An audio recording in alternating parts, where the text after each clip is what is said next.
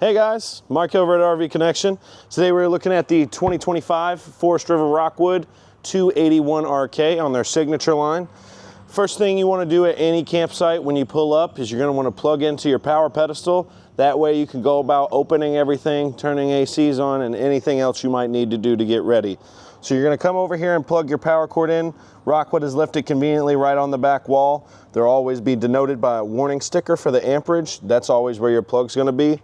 As we talked about in our last walk around video, you're going to want to twist that. Most of these connections are a twist lock now, so if you don't twist it to the right to lock it in, you're going to have intervariable amperage coming through your camper, which can damage your electrical system.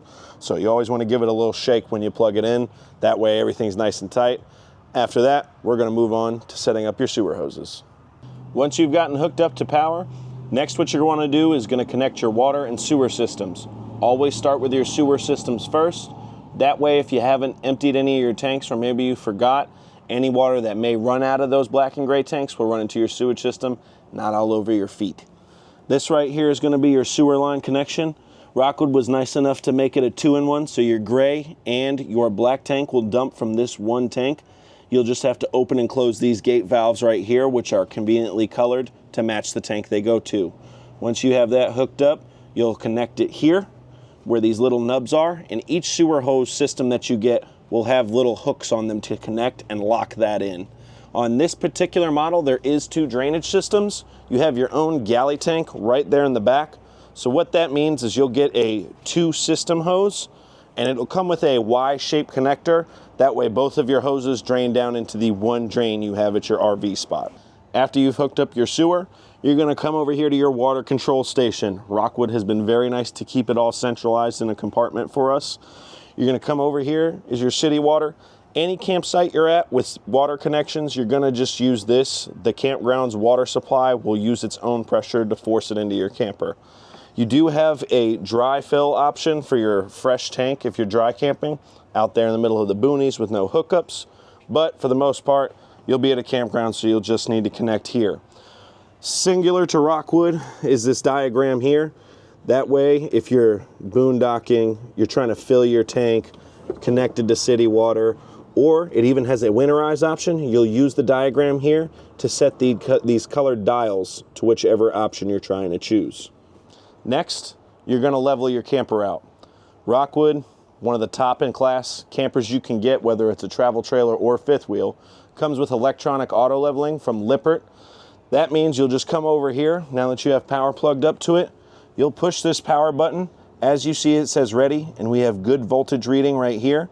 You will hit this auto level button and wait for it to go through the entire leveling system. You'll hear a lot of whining, the camper will rock back and forth a little bit. Once it's complete, this panel will beep and you will see a message that displays success. That means you have successfully leveled your camper. Once you've done all that, you're going to want to come over here and open up at least one of your propane tanks.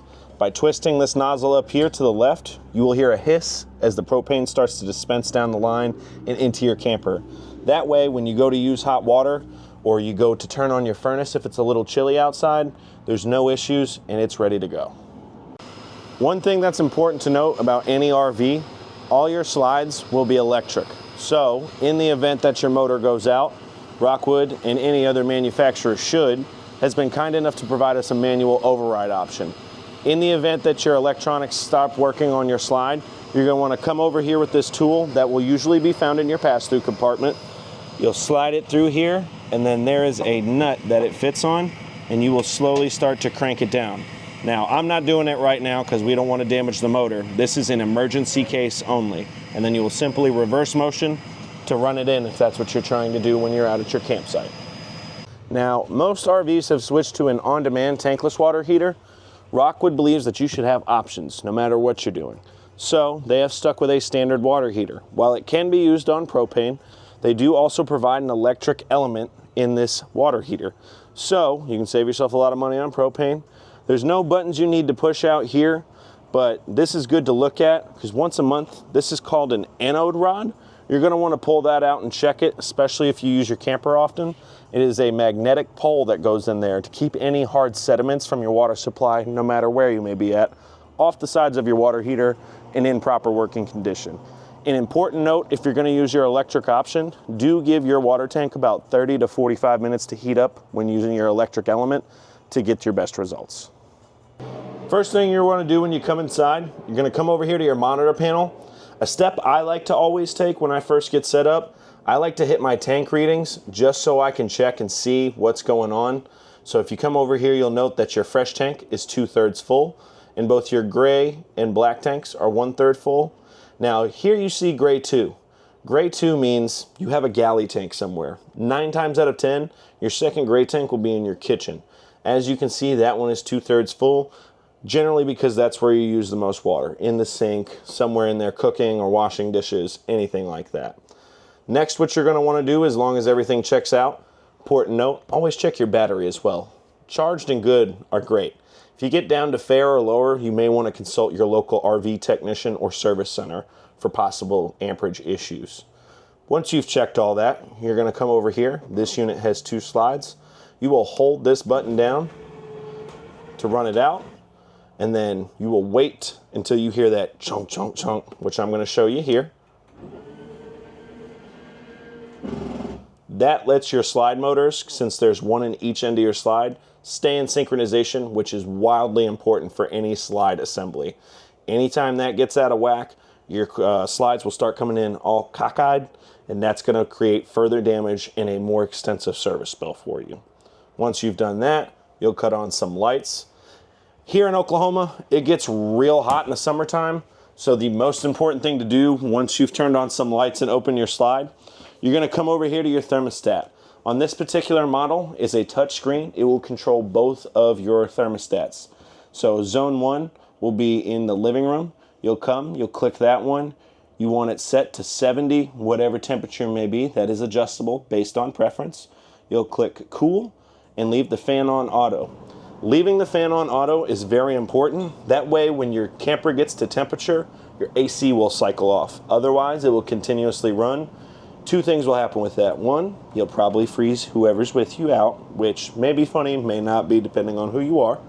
Also, that runs a high risk of freezing up your compressor. Unlike a residential AC, RV ACs are a closed system unit. You cannot order parts for them. You simply have to order another entire AC. Those typically run, depending on the brand, anywhere between $2,400 and $2,700 just for the AC alone, not including the labor to install it. So making sure to leave that fan on the auto setting is a very important piece. Another check that I like to do when I get to the campsite is to check my appliances, specifically my fridge. 9 times out of 10, it'll be perfectly fine. Your charge line from your truck to your camper is going to keep it cold, and there is a 200-watt solar panel that provides enough power just in case that charge line fails. However, never hurts to double check something. So what you're going to do, you're going to come over here, you're going to open your fridge.